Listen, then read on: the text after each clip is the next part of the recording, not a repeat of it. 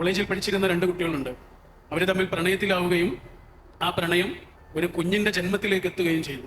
ആ പ്രണയത്തിലൂടെ അവർക്കൊരു കുട്ടി ഉണ്ടായി. ആ കുട്ടിയെ വളർത്താൻ അവർ 2 വർഷം ഒരുമിച്ച് തന്നെ കഴിഞ്ഞു. 2 വർഷം അവർ ഒരുമിച്ച് തന്നെ ജീവിച്ചു. 3-ാമത്തെ വർഷമായപ്പോഴേക്ക് ഈ ഭർത്താവായിട്ടുള്ള ആള് അല്ലെങ്കിൽ ഈ ആൺകുട്ടി ആ നാട്ടിൽ നിന്ന് മറ്റൊരു നാട്ടിലേക്ക് പോയി. അവനെ കാണാനില്ല. അവരിവരെ വിട്ടുപോയി. ഈ അമ്മയും കുഞ്ഞും തനിച്ചായി. അമ്മ വേറൊരാളെ കല്യാണം കഴിച്ചു. ഇന്തോനേഷ്യക്കാരനായ ഒരാളെ വിവാഹം ചെയ്തു. അന്ന് ഈ കുട്ടിക്ക് 3 വയസ്സാണ്. ഈ 3 വയസ്സായ കുഞ്ഞിനെയും കൊണ്ട് ഈ അമ്മ ഇന്തോനേഷ്യയിലേക്ക് അയാളുടെ കൂടെ കഴിയാൻ വേണ്ടിയിട്ട് പോയി. കുറച്ചു കാലം അവിടെ ജീവിച്ച് പിന്നെ സ്വന്തം നാട്ടിലേക്ക് തന്നെ തിരിച്ചു വന്നു. സ്വന്തം നാട്ടിലേക്ക് തിരിച്ചു വന്നപ്പോഴേക്ക് ഈ കുട്ടി കൗമാരം കഴിഞ്ഞിരുന്നു. യൗവനത്തിന്റെ ചെറിയ പൊടിപ്പ് തുടങ്ങിയിരുന്നു. ഇവ പെട്ടെന്ന് തന്നെ മദ്യത്തിനും മയക്കുമരുന്നിനും ഒക്കെ അടിമയാകാൻ തുടങ്ങി. പല രീതിയിലുള്ള ശീലങ്ങളിലേക്ക് ഇവനെത്തി. പതുക്കെയാണ് അവനെ തിരിച്ചറിയുന്നത്. പതുക്കെ ആ ശീലങ്ങളിൽ നിന്നൊക്കെ കഷ്ടപ്പെട്ട് അവൻ മോചിതനായി. ആ ശീലങ്ങളിൽ നിന്ന് മോചിതനായി ഇവൻ നിയമം പഠിച്ചു. നിയമ അധ്യാപകനായി അവൻ മാറി. അത്യാവശ്യം എഴുതുകയും പ്രസംഗിക്കുകയും ഒക്കെ ചെയ്യുന്ന ആളായി മാറി. അവൻ ഒരു പാർട്ടിയുടെ പ്രതിനിധിയായി അമേരിക്കയിലെ സെനറ്റ് മെമ്പറായി.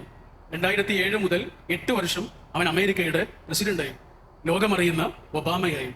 ഇന്നും ജീവിച്ചിരിക്കുന്ന ഒരാളെ കുറിച്ചാണ് നമ്മൾ പറയുന്നത്. ഒരാൾ അയാളോട് തന്നെ നടത്തിയ പോരാട്ടത്തിന്റെ കഥയാണ്.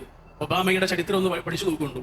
ഒരാൾ അയാളോട് തന്നെ, മറ്റൊരാളോടല്ല, ഒരാൾ അയാളോട് തന്നെ നടത്തിയ പോരാട്ടത്തിന്റെ സമരത്തിന്റെ കഥയാണ് ഒബാമയുടെ ജീവചരിത്രം. നമ്മുടെ കുട്ടികളോട് പഠിപ്പിക്കേണ്ടത് അവരോട് തന്നെ പോരാടാനാണ്. അവരുടെ മടിയോട്, അവരുടെ അലസതയോട്, അവരുടെ ലക്ഷ്യമില്ലായ്മയോട്, അവരുടെ ജീവിതത്തിലെ പ്രതീക്ഷയില്ലായ്മയോട്.